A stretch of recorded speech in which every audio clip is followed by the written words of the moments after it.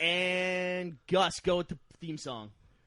Hey everyone, it's a podcast. Boom, boom, boom, podcast. .com. You got help on yours. Jeff joined in. I love Gus. A little instrumental. Hey, Okay. it's Gus here with the Rooster Teeth podcast and two other assholes.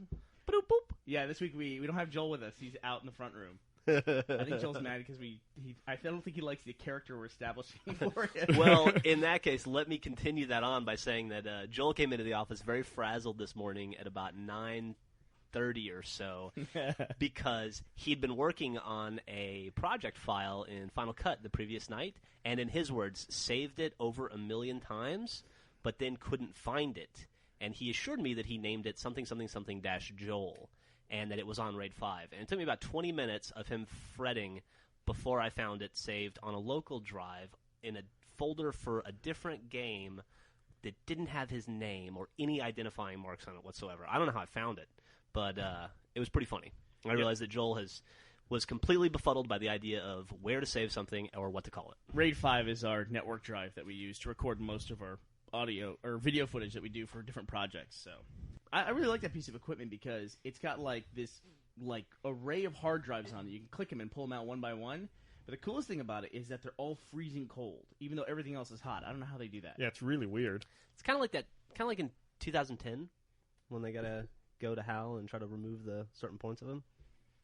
You know what I'm talking about? Those are crystals. Yeah, that was pretty different. Same kind of thing. Like push a button and shit comes out. It was 2001 also, wasn't it? No, I was talking about 2010. Okay. Also, ours has With John Lithgow. Jeff's experience with 2001 are the flashback scenes from 2010, basically. All right. So what do we have to talk about this week? Do you guys want to go outside of our comfort zone and talk about something that could be spoilerish and talk about Lost? Because the Lost season finale was Last night for us. Yeah. Well, yeah, fuck it. Why not? By the time this comes out tomorrow, it will have appeared everywhere, right? I mean, it's aired. It's over. There was so much to talk about. I don't actually watch Lost, but I read it on Wikipedia. He reads about it, and then I have to tell him about it the day after he fills in. Because, the problem is we got 5 episodes behind, and my wife refuses to let me catch up. I don't know what it is. But she wants to watch a new episode, but she refuses to watch an old episode. But we can't get to the new episodes till we get through the old episodes. It's just retarded, I know. But so I just read about Lost now. But anyway, the point is, it was such an epic episode that Gus came in this morning, and I wanted to talk about it with him because I'd read about it on Wikipedia.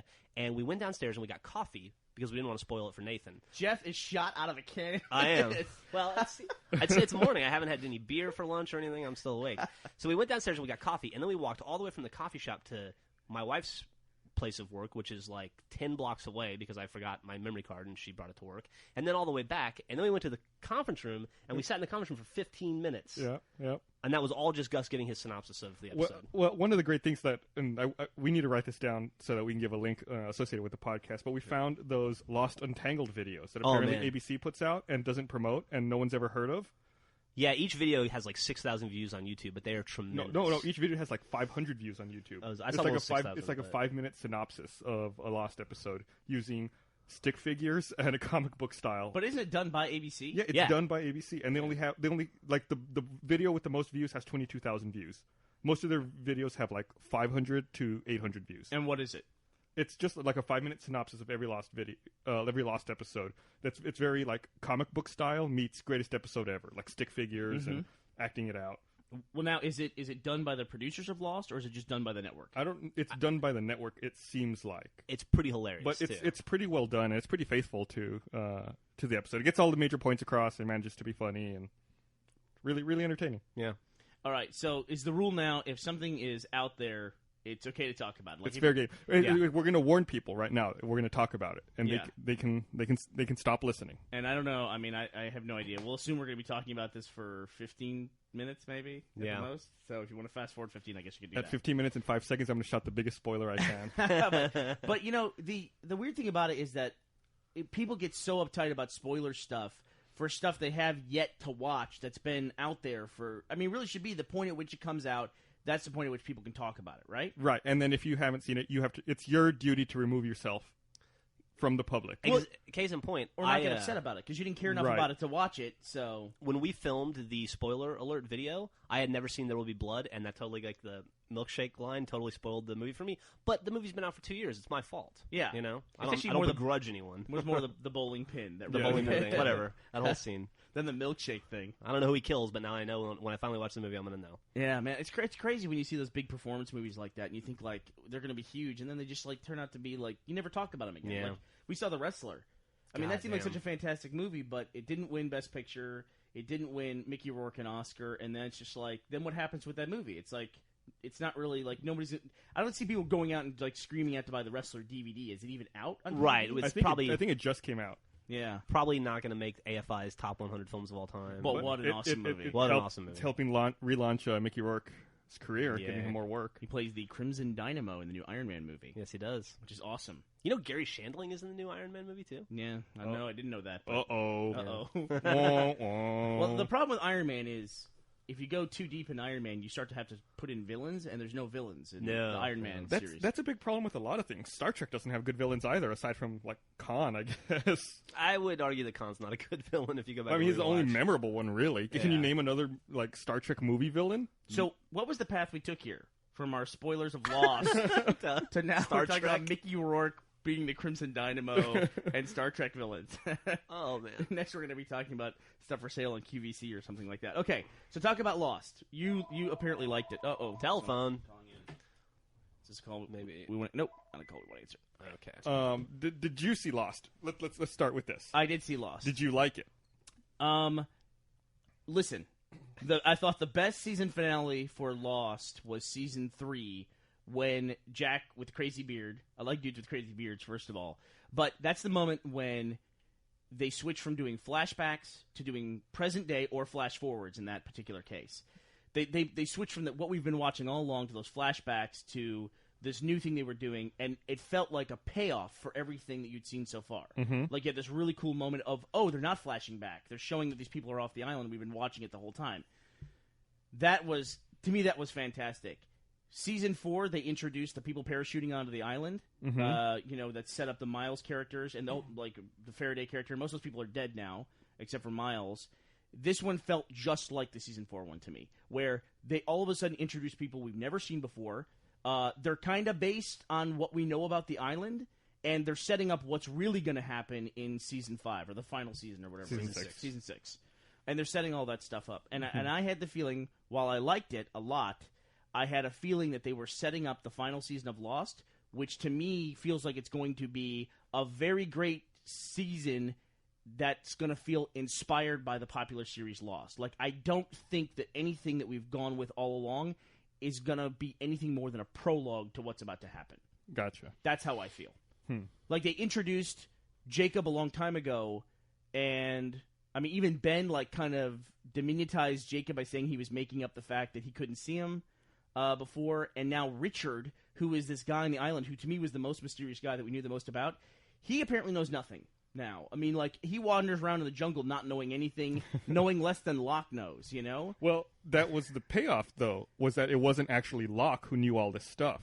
Yeah. Right. The island Locke who came back right. is not John Locke. It's this counterpart to Jacob. Right, that's why he knows more than Albert. Okay. So I wouldn't say that Richard Albert knows less than Locke. But what does he know? I mean, all we know about Richard Albert that he seems to have confidence in now is that Jacob made him the way he is. But he just seems like guy. He's an advisor. That's what they said. Yeah. I mean, I think that he doesn't. I don't think he wanders around, like an idiot. I think he does know a lot about the island. He just doesn't say it or he doesn't talk about it. Listen, I'm just bitter because they killed Juliet. I can't tell you how bitter I am. Well, I don't think she's dead though. Like at the end when they had the eye opening and it said "Lost in 2010," that was her eye. Okay, I can see that. But then, I mean, she could be... I mean, is John Locke dead? But he's still in the show. You know what I mean? Right. I mean, technically, the character of John Locke is now dead. Mm-hmm. But, Juliet is... She's one of the best things on television because whether she's marooned on an island or stuck backwards in time in the 70s, she can always find a low-cut top. It doesn't matter. Like, the Dharma Initiative must have a stockpile of, like, low-cut halter tops for her to wear. It's incredible. And then they kill her. Whenever, lots of times I'm out in public with my wife, and I'm always pointing out women like, God, doesn't that woman look a lot like Juliet from Lost? Like, God, doesn't that woman look a lot like Juliet from Lost? My wife's like, you're in love with her, aren't you? You're totally obsessed with Juliet. Everyone looks like her to you. And I was like, yeah. She's probably the hottest woman on television. She's pretty hot. Yeah, and then they offer. But that's the way I feel. I just feel like I want everything that I've invested in so far to be something more than a prologue, but I don't, after last night's episode, I don't think it's going to be that way. You know? And they had, like, this kind of weird, like, they had this kind of weird thing where, at the end of the episode, you know how they cut to black with the Lost? They cut to white with a black Lost on it. And that was like, ooh, look, we're changing things up. And I was like, oh, no. I mean, that didn't have the same feeling to me that them being off the island. Like, I always thought the premise, going back to season 1, the premise of the show is them getting off the island or discovering what the island was about. And we've already been through them getting off the island, and that just didn't seem to matter at all. Like, it was irrelevant to get off the island. Because I think they realized that that's not what they were supposed to do. I guess not. Yeah. You know, and even people who, like, went through all this trouble to get off the island, it didn't seem like a big deal to them either. Like, Michael and Walt, you know? Like, Walt especially. It's like, he was such an important character, and then this season, you kind of, like, run into him on a city block, like a guy you used to know or work with. And it's like, oh, hey, what's going on? Yeah, the island thing was crazy. See ya.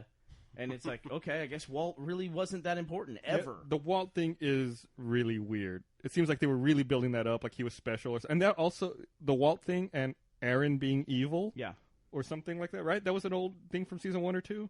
Well, I mean, you could do it with any of those characters. Like, what happened to Claire? Claire's just, she's gone. Well, she's dead. She's with dead. Yeah, I thought she died, and she's with Christian Shepherd now. How did she die? No, she just went. She just with them. She never walked died. off in the woods one night. She left the camp, and Hurley was like, Claire just walked out into the woods in the middle of the night, and then she wasn't seen again until she was in the cabin with Christian Shepherd, who, you know, we always assumed was Jacob or working with Jacob, but now, based on what I read, he could be the other dude. Yeah, and here's because like Jacob abandoned that cabin because the dust was broken. I guess the line was broken, and so. That entire time we saw Claire and all that stuff, and Christian Shepherd through this whole thing could be the bad guy. When they found Jack Shepherd, when they found Christian Shepherd's coffin, the one that Jack brought on the plane, was it empty? It was empty. So now that's a big deal. I mean, that's something they set up way back then that, you know, Christian's coffin was empty, and he's walking around the island apparently, but as a ghost. But like the reveal of like John not being in his body. Everything is so up in the air when somebody comes back to life. That didn't necessarily be like, oh my God, that's not John, even though I knew that's exactly what they were going for. Right. You know? Like, well, if he's out here dead, who's in there? You know? But it's like, who's to say that it's not John, you know? Just because he's not in his body. Well, now you're overthinking it. Yeah. No, I mean, it's just like... Didn't Richard Alpert say that Jacob couldn't bring people back from the dead, or that he had he said he had never seen that. Never seen that before, and the 2 times it's happened, it's been kind of weird, and one time it was obviously not Jacob but the other guy, so can't we just assume that that's a power that the dark clothes guy has? I don't know. I mean, I really don't know. And now we got this like battle between these two people. Like they were introducing enough stuff, like layers with Ben and what's the guy's name? The Australian dude. Desmond? No, the puppeteer guy. Whitmore? Yeah, Whitmore. They were introducing those layers of like a higher level battle with those guys. Now they're going another level. Yeah. Like if they add another level in the middle of next season, is that going to be okay?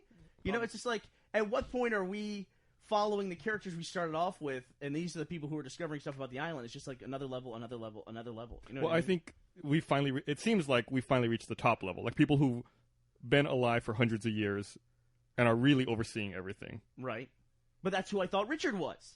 But Richard doesn't know anything. No, Richard never. I never got the impression Richard oversaw anything. He was never the leader. He was always like a liaison. Yeah, an advisor. Okay, but I mean, when it was set up before, I mean, he was with the others, and we didn't know much about him. He recruited Ben, and we thought Ben was the leader of the others. And then we have this Richard guy, but then Richard's not the leader. He appoints the leader, which is a position that then talks to Jacob, who is a guy on the island and lives in a tow. You know, I don't know what to say. I mean, I don't want to be negative because I did like the episode. I just don't know what we're going to see next season. You know what I mean? But I definitely feel like it's going to feel like inspired by Lost, as opposed to being like a payoff. Like I think the season 3 finale was a payoff of everything we've been invested in. You know, it's just going to be like, oh, this is a good story based on what we've kind of shown you already before. That's how I think the next season's going to roll. I really do. Awesome. Really looking forward to it. I look forward to it, regardless. Yeah. So, It's a shame it's 2010. That's not that far away, unfortunately. Yeah. Yeah, that's like 6 months away at this point. Wow. When is it? I mean, 2010 is May they're going to start it? All they said was 2010. So they'll probably start. They started in February this year, I think, right? Yeah, it was like late January, early February. Yeah. Remember when TV used to start in September and go till like April or May? Well, that's cool now. It's just the way stuff rolls now. With they got to compete with the internet and everything else. So what can you do? Okay. Enough about Lost, though. I mean, so you really loved it, I think. I thought it was okay. There was some stuff in it I really liked, but I thought it was kind of. I thought it could have been a little shorter. It dragged on a little, I felt. Oh, yeah? Yeah. Okay. Well, it's 2 hours, so. Yeah. I mean, it's a tough thing where if they produce 22 hours of basically, I mean, a movie's 2 hours, so they have basically 11 movies they make every season, and you think about how much information that if you sat through 11 movies and they gave you as little information as a season of Lost gives you, you'd be like, "Fuck this! I'm not going to see the next movie. I'm not going back." I mean, I almost quit Lost during season 1 because of that. I did quit. It was going so slow and there was such little information. There were like 2 or 3 times where it's like, if this episode's not great, I'm going to stop watching. And those episodes were good. I was like, okay, I'm going to give it one more week. Yeah, those were the episodes you convinced me to come back because I quit around episode 12. I was like, this is retarded. Yeah.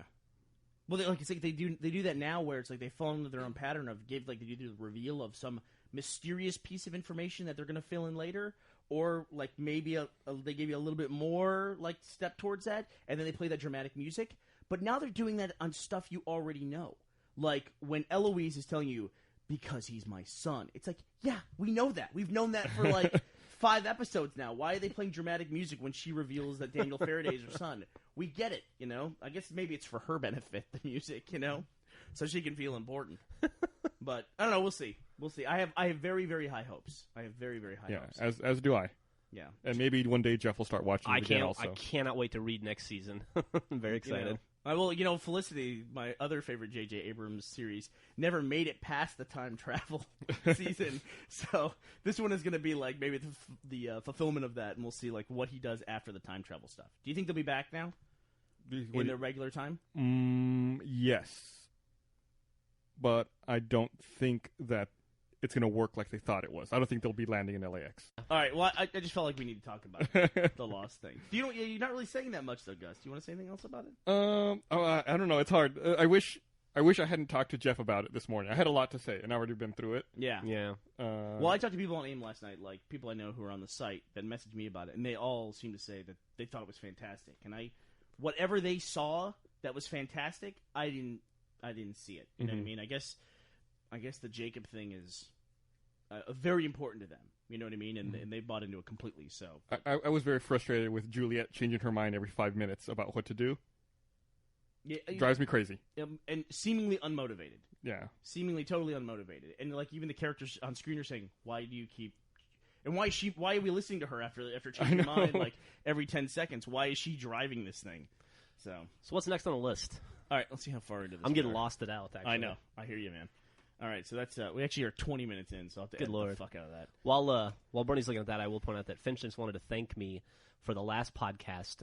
We never mentioned WoW the entire time, which I guess is the first podcast we haven't talked about WoW. Oh shit! It's time to talk about WoW. We could roll into WoW if you'd like. Well, you just mentioned WoW. They just announced for WoW that they're going to be giving out at BlizzCon a new pet. The vanity pet this year is Grunty. It's a Murloc in StarCraft Space Marine armor with a little plasma rifle.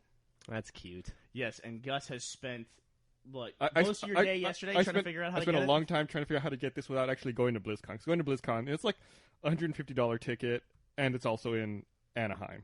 So, you'd have to buy a plane ticket to go out there, because you need to go out there and physically be there to get the bag with the stupid little card in it. Hey, computer. It looks like computer locked up. Okay, there you're good. So you have to go out. You actually have to go out to Anaheim and get the bag. I want to point out we're recording on a Mac. They don't lock up. I've seen the ads. Okay, it was cute. It was cute.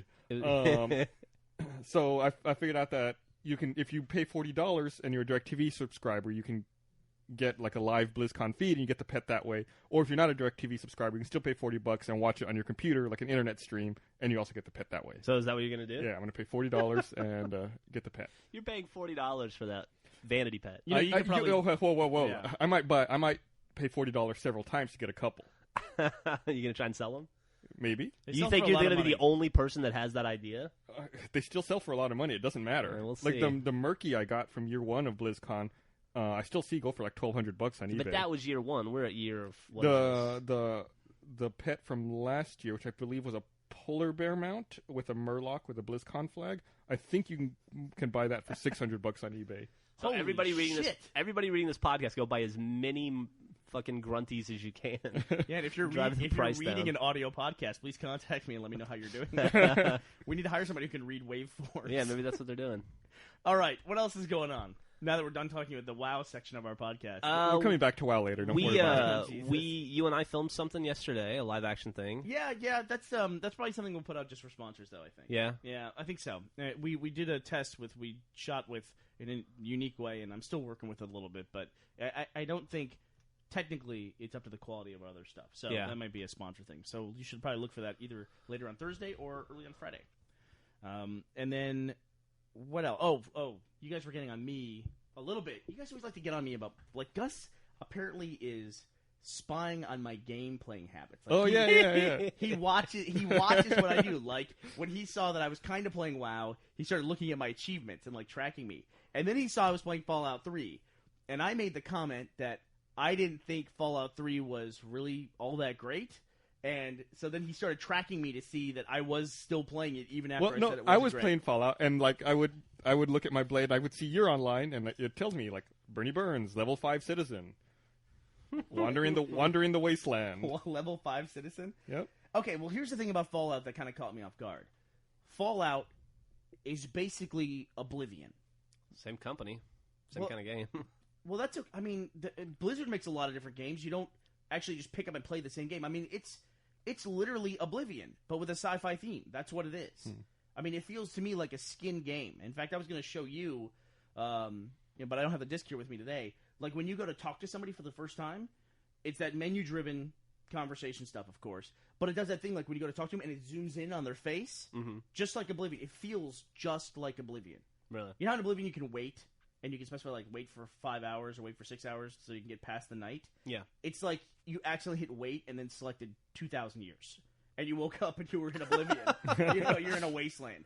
I mean, am I wrong? Have you played Oblivion? Yeah, and I could definitely see that. I mean, there's a lot of similarities, but I mean, you could say any RPG is like that. You can wait in any RPG. I mean, so the camera movement zooms in on people when you talk to them.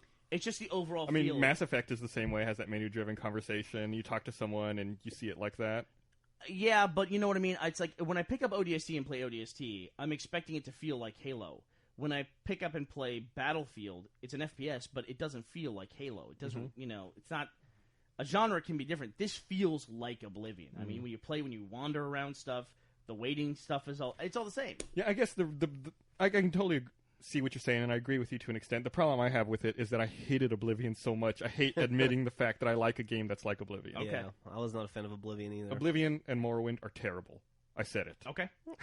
Well, I'm saying I don't. I'm gonna get hate mail. I know that's why. Well, those games are terrible. Not to change subjects from this gripping conversation, but you mentioned Battlefield. Gus and I watched the trailer for Battlefield 1943 this morning. We have more Fallout. Oh, do you still got Fallout to go still through? going. What else would you like to talk about in Fallout? Well, I'm curious if it's like Oblivion in the sense does Oblivion put out DLC that's constantly broken as well?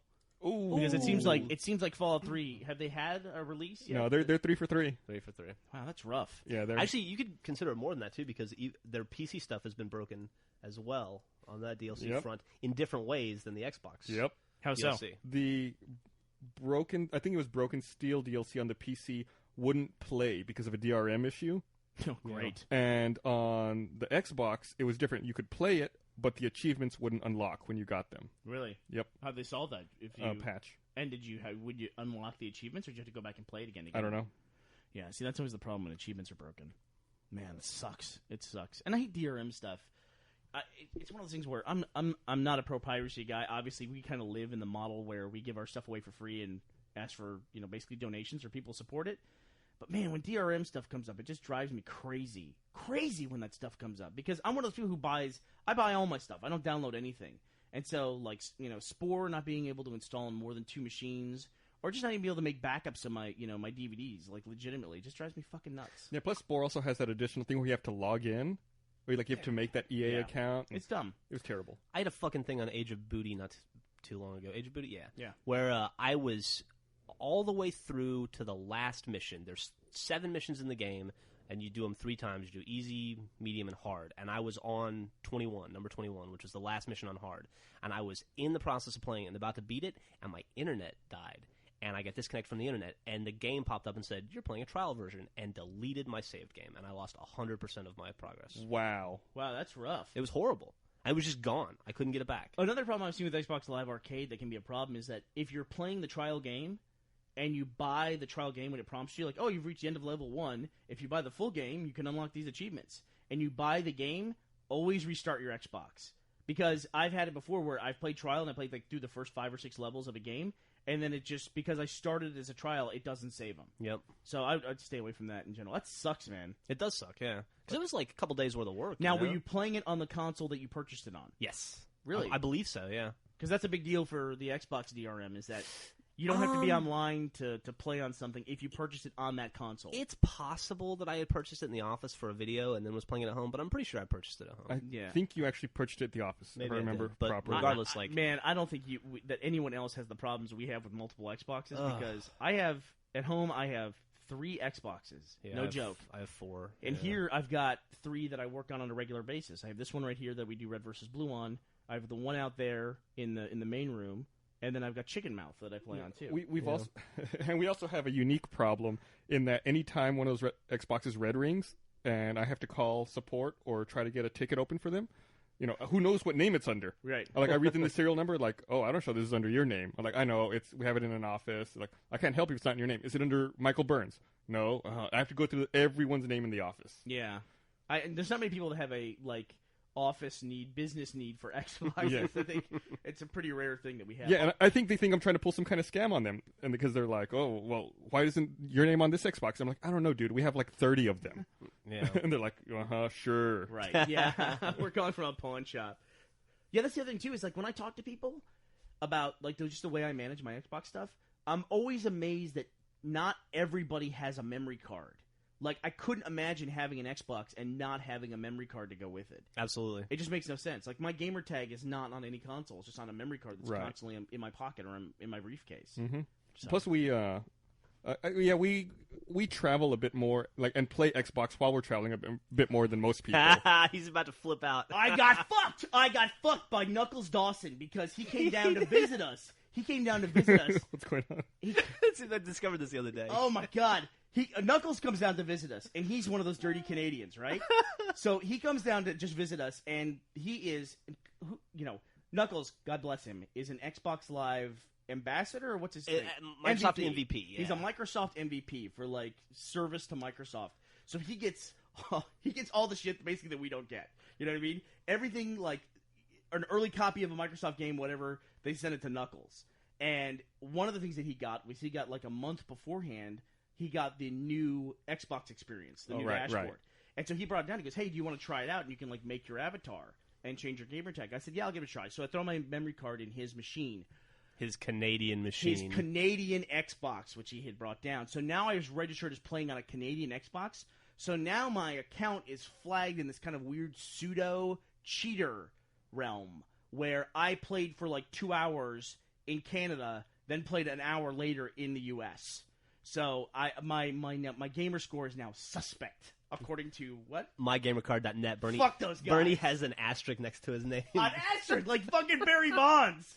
I mean, give me a fucking break. If there was strip club DJ. So is this Son like of a whore. Is this like a Microsoft thing or just a MyGamerCard.net? If it's just MyGamerCard.net, fuck it. Who gives a shit? I don't give a shit. But fuck. Oh, he gives a shit. I still don't like having the goddamn asterisk. Anybody that looks at that website, and one would assume a lot of people do, will see that Burnie Burns is potentially a cheater. Suspect. My reputation has been sullied. That's shitty, man. That's really shitty. All right, what's the chance that this thing's going to recover? We from are this all crash? looking at a pinwheel right now. What did you click on? I just clicked to clear the high. Why would you do that? Or as Joel says, the beach ball. Joel calls when I was trying to diagnose this problem earlier this morning, he was like, "It was beach balling all night last night." I don't know why. Jeff had to ask me what that meant, and I was like, "I'm pretty sure he means the pinwheel." Yeah, that's something they don't put in the commercials for the Mac, is that when you use a Mac, you get this spinning, colory pinwheel. Yeah. And you get it all the fucking time. Day one, after Jeff got his Mac and he was setting up his MacBook Pro, I was like, you're going to learn to hate that fucking pinwheel. Yeah, he goes, congratulations on finally getting a Mac. You're going to love it. Going to hate the pinwheel. Well, it's the equivalent of the hourglass in Windows if you don't use a Mac. And the hourglass does occasionally come up. You know, I mean, the blue screen of death comes up way more than the hourglass does. But the pinwheel on a Mac comes up constantly. The good news is the Mac seems to be able to recover from whatever this weird stalling state is on a pretty regular basis. Yeah, the hourglass on a PC is the pre-crash notice. Right. Typically. It's like, your application has quit responding. Not Say goodbye to your work. Not so much with the Mac. So what were we talking about? Oh, yeah, gamer score. Yeah, speaking of gamer score, I finally broke 10,000 gamer score last night. And what was the game that you broke 10,000 gamer score with? Fallout 3. Really? Mm-hmm. So, like, what's been, like, of all the games you've played, and by the way, congratulations on that horrible score. Yeah. But what is your biggest game that you've played? Like, would you have 1,000 points in Halo 3? I think I have like 990 in Halo 3. Yeah, you do. I think you're missing Overkill. Yeah, I need Yikes. to... Not going to get that. I need to get 1,000 in Halo 3 before I go much further in Fallout 3, because I think I'm getting close to 1,000 points in Fallout 3. Well, okay. You speaking of achievements in Fallout 3, you have an achievement I don't have. I played one quest tree, basically. Blood Ties. I didn't get that. I fucked that one up. What'd you do? You killed everybody? Long story.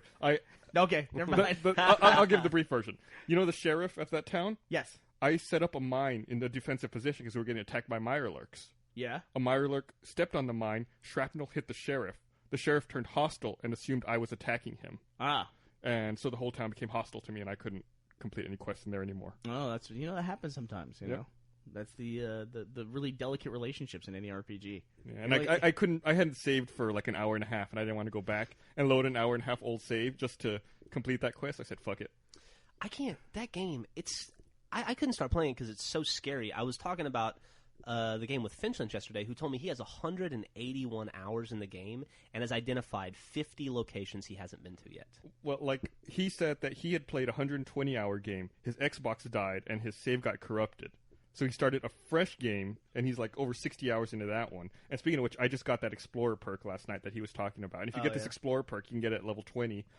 It unlocks all the areas on the map. So you can see every location. It sounds massive, though. Yeah, and I realized that I've been to maybe 25% of the map. Maybe. That's I believe that. I believe that. It's a lot of walking. But they do a cool thing in Fallout 3 where once you've discovered an area, you can just warp to it. Right. Well, that's cool. Yeah, that is nice. Yeah, that is nice. Otherwise, the game would be unbearable. You get mounts in Fallout 3 later? Because No. I see them sitting around. I see, like, motorcycles and stuff. No. Okay, I guess you don't need them. But No. You can, when you play the pit, you can get on like a railroad handcart, and that's how you get to the pit. yeah, that sounds fucking great. Railroad Now, handcuff. now that we're back on Fallout 3 again, I'm going to try and preempt it and talk about Battlefield 1943. One last thing I again. want to talk about Fallout 3. Last thing. I give up. He won't let you. He won't let you. So I saw this morning that the Fallout trilogy, like the original games, made it back into the NPD top 10 PC game sales. So Since when? Like 1994? yeah, those games came out in, I guess Fallout 2 probably came out in 97, if I had to take a guess. So, and I think Fallout came out in 95 or 96. So does the trilogy include Fallout 3? No, it's Fallout, Fallout 2, and one of the lesser known games. Like they had a couple of other smaller spin-offs. It's one of those other ones. Oh, okay. Fascinating. So it's so because of Fallout, Fallout 3 didn't even just come out. Fallout 3 came out 6 months ago.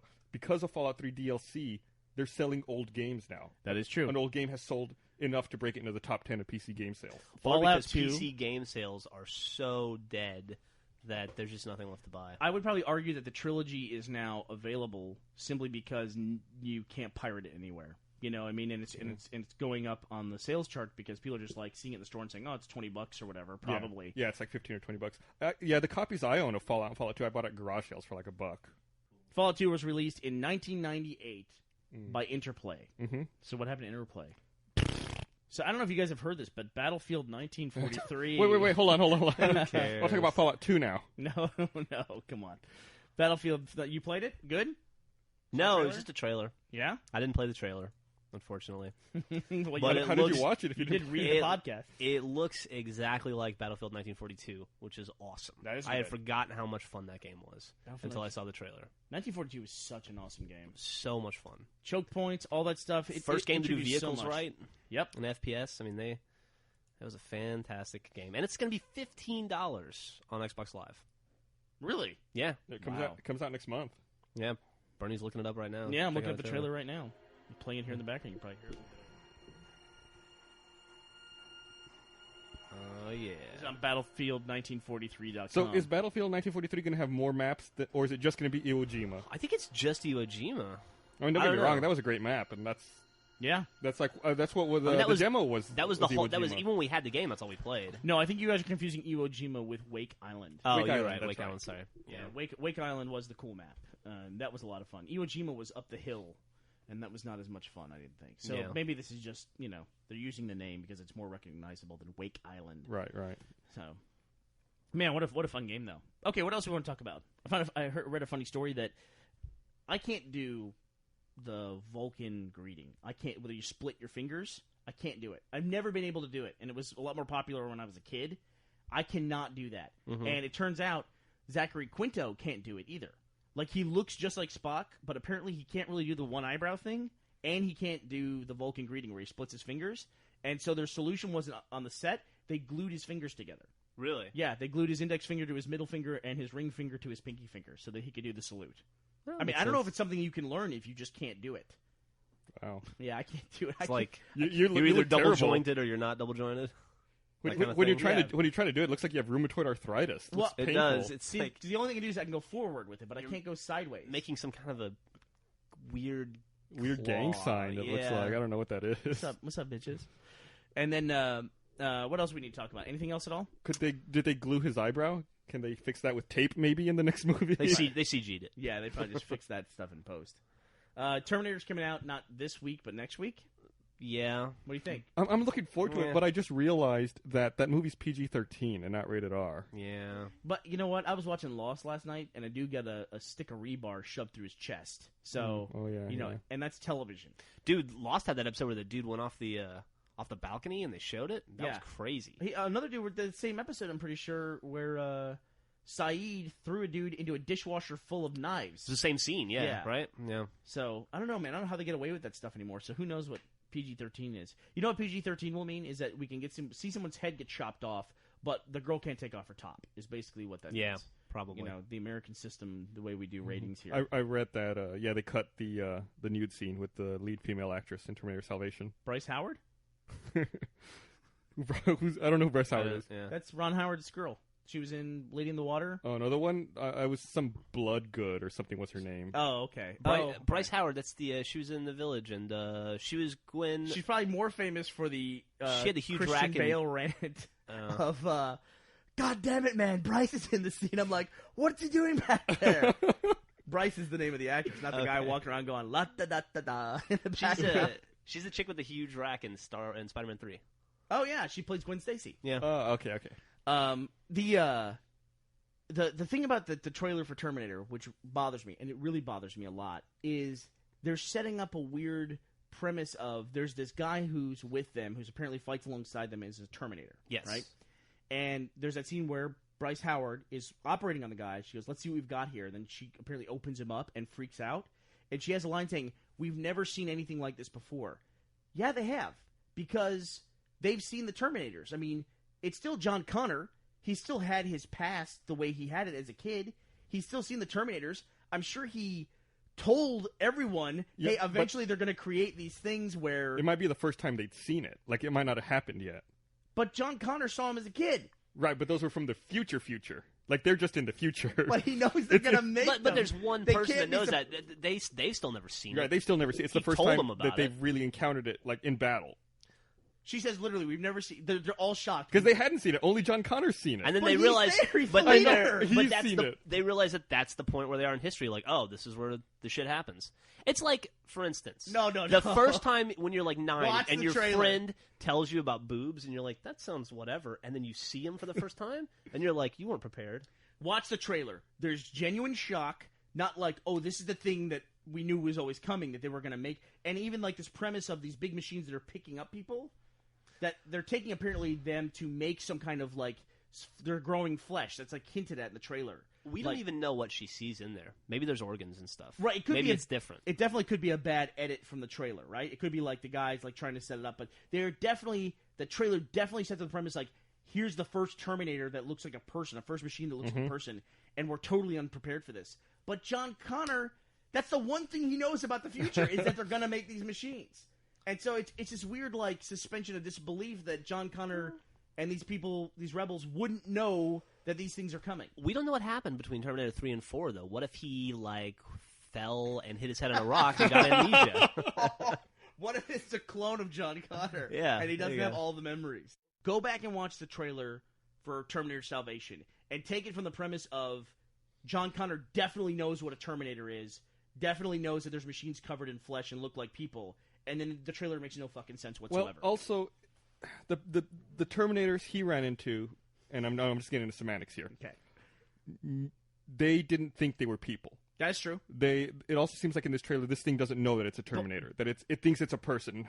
But they did try to infiltrate into groups of people and disguise themselves as people. That's that was true. the original purpose. That of was them. their So while they're surprised maybe that this guy doesn't know that he's a Terminator, like John Connor's lines in the trailer indicate that he doesn't know he's a Terminator. That's a kind of a new twist. But the whole thing of like that one of our people could be a machine in hiding, that'd be the one thing you'd be ready for. Like that's my crazy mom. The one thing she told me that was right was that the machines do become, sentient and they disguise themselves as people. They should have figured it out when he was drinking antifreeze in the fucking lunchroom. It didn't make any sense. That'd be great if like they're in a battle. It's like the machines are fighting us. We've never seen this before. It's like we saw this just last week. We fought machines. It's like maybe everything is new to this guy. Oh man. Okay. What else is on the list? Anything else to talk about? No. You sound angry. No. Jeff's been not into this. I could tell the entire time. No, I'm into it. No, he hasn't been into it the entire I'm time. totally into it. He was really into the Lost stuff. I was really into Battlefield 1943. You got cut off. I cut off 19 times. Okay, Jeff, so let's talk some more about Fallout 3. How far? Is there anything you want to talk about, Jeff? No. No, you're out of it. Wait, aren't you going on vacation or something? I should take this opportunity to tell you that I'm going on vacation. I've changed my dates and location again. So now I'm going on vacation from the 25th to the 30th again. Just so you know. Of May? Yes, of May. You come in every week. You tell me you're taking a vacation, and it's different every time you tell me. It's true. You're like the John Connor of vacation time. Basically, you can't remember. Vacation. We've already had this conversation, and it's slightly different, but not that different. You can take your vacation whenever you want. Okay, thank you. It's fine. All right, well, that does it. Gus, give us a theme song. Get us out of here. We've had laughs. We've had fun. Bye-bye.